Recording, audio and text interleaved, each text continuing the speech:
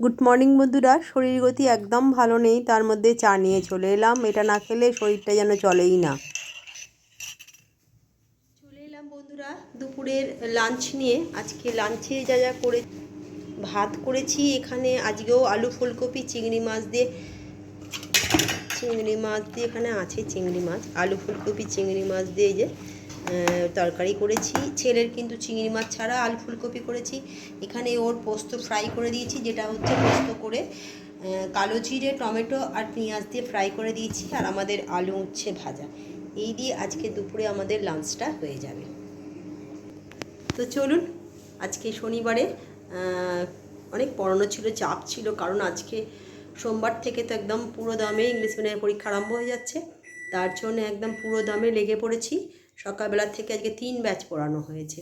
তার মধ্যে শরীরও খারাপ, ছেলেটারও শরীর খারাপ, আমারও শরীর খারাপ। তো এই শরীর খারাপের মধ্যেই সব কিছু করতে হচ্ছে। তো চলুন লাঞ্চটা দিয়ে দিই, তারপর আপনাদের সঙ্গে কথা হবে। চলে এলাম বন্ধুরা সন্ধেবেলা চা নিয়ে। সন্ধেবেলা না, এখন বিকেলবেলা। তো শরীর গতি খুব একটা ভালো নেই, জ্বর হয়ে হয়ে না মাথা টাথা পুরো যন্ত্রণা করছে। তো চলুন, যেটা একটু চা খেলে একটু হলেও এনার্জি পাই, সেটা প্রত্যেক দিনই দেখাইনি খাই। এই যে 3 কাপ চা চলে এসছি নিয়ে। চলুন চাটা খেয়ে নিই, তারপর আপনাদের সঙ্গে পরে কথা হবে। রবিবারে কোনো ব্লগ আসতেই নি, কারণ দিতে পারিনি, আমার শরীরটা একদম ভালো ছিল না, তাই রবিবারে কোনো ব্লগ দিতে পারিনি। আপনাদের আবার সোমবারে ব্লগ পাবেন আপনারা। তো যেটা বলার জন্যে, ডিস্ট্রিক্টের খেলা শুরু হয়ে গেছে, তো তাই তো মঙ্গলবার খেলা আছে ওর, ওকে যেতে হবে। আর যেটা হচ্ছে কালকে শরীরটা একদম ভালো ছিল না, ব্লগ দিতে পারিনি। আর একটা কথা না বললেই নয়, কালকে আমাদের বিয়েবাড়ির নেমন্তন্নও ছিল, খুব ক্লোজ বিয়েবাড়ি নেমন্তন্ন, মানে আমারই বড় ননদের ছেলের বিয়ে ছিল। সেই 5 দিন ধরে নেমন্তন্ন ছিল, কিন্তু সবেমাত্র পাটা ভেঙে গেছে এবং সবেমাত্র তো ওই পা ভাঙানি উঠেছি। এখন না কোথাও যেন একটা ভীতিভাব আছে, ট্রেনে করে উঠতে পারবো কি, যেতে পারবো কি, এই বলে আমি বরযাত্রীতেও যেতে পারিনি। আর বউ ভাতেতেও কালকে ছিল, কিন্তু আমি যেতে পারিনি। তো আমার হাজবেন্ডের হাত দিয়ে দিদি কিন্তু, মানে আমার পান্ডুয়ার দিদি খাবার পাঠিয়ে দিয়েছেন খুব, এবং ওখান থেকে আমার ছেলের জন্য আর আমার হাজবেন্ডের জন্য 2টো জামা, খুব সুন্দর জামা পাঠিয়েছে, গিফট পেয়েছে ওরা। সবচেয়ে বড় কথা কি, গিফটটা এমন একটা জিনিস না যেটার মূল্য দিয়ে বিচার করা যায় না। গিফট একটা আনন্দের বিষয়, একটা আন্তরিকতার মধ্যে থাকে। তো ভীষণ ভালো লাগলো দিদির এই আন্তরিকতাটা দেখে। এত কিছুর মধ্যেও যে ভাইপোর জন্যে ভেবেছে, এটাই সবচেয়ে বড় কথা। এবং আমারও গিফট পাওনা, আমি যেতে চাইনি বলে আমারটা পাইনি। আমি গেলে দিদিকে বলেছি আমি যাব, এবং মেয়ের বাড়ি থেকে মানে কি বলবো, মামির জন্য গিফট পাঠিয়েছে।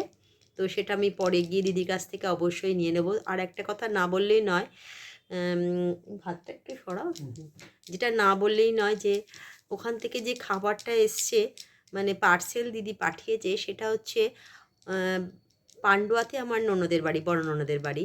তো ওখানকার যে শঙ্খচিল ক্যাটারার্সদের খাবার দাবার এত ভালো, এত ভালো পার্সেল প্যাকেজিং, যেটা মানে না বললে খুব মানে না বলাটা অনুচিত হবে, কারণ খাবার দাবার কোয়ালিটি এত ভালো, এত সুন্দর খাবার কোয়ালিটি। আমি অনেক বিয়েবাড়ির পার্সেল দেখি, এনাদের প্যাকেজিং, পার্সেল করার প্যাকেজিং আলাদা, এবং সমস্ত যা যা আইটেম, সবকটা আইটেমই ওর মধ্যে আছে, এমন নেই যে ওরা মিসিং করেছেন।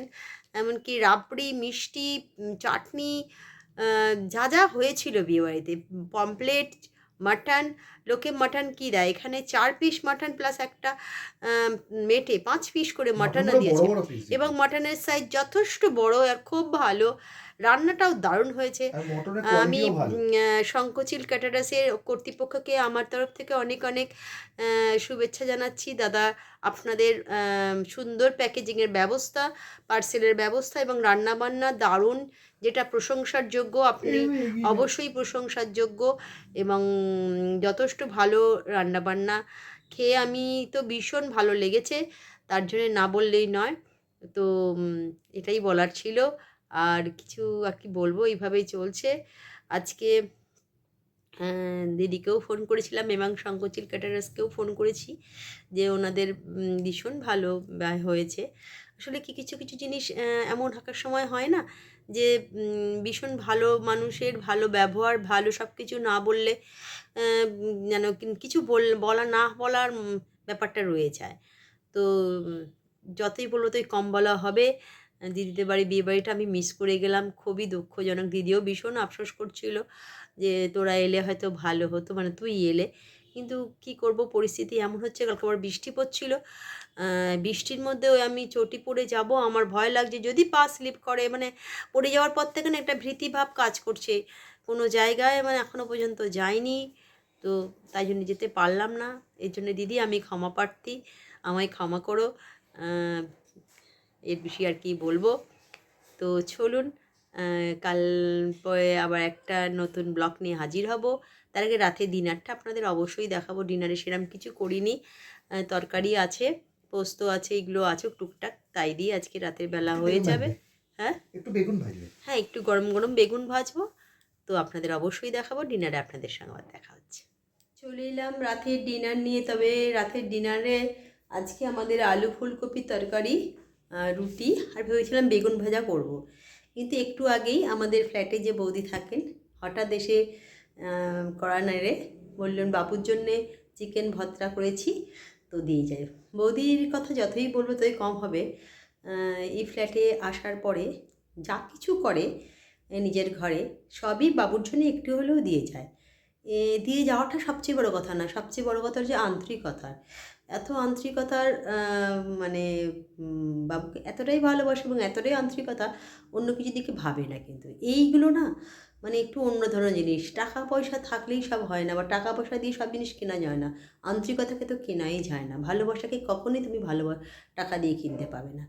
তো এটাই হচ্ছে ব্যাপার।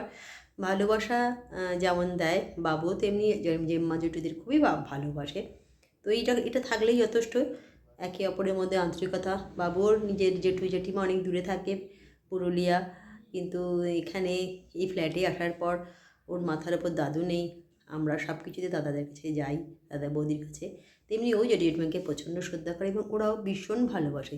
জেঠু জেম্মা দুজনেই দেখলে না যা করে তাই দিয়ে যায়। স্যুপ করলে স্যুপ দিয়ে যাবে, চচ্চড়ি করলে চচ্চড়ি, পায়েস করলে পায়েসও রাত্রিবেলা দিয়ে যাবে। আজকে চিকেন ভর্তা বানিয়েছে, চলুন ডিনারে দেখাই আপনাদের।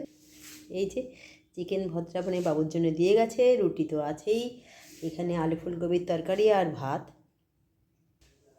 এই দিয়ে আজকে রাতের ডিনারটা হয়ে যাবে।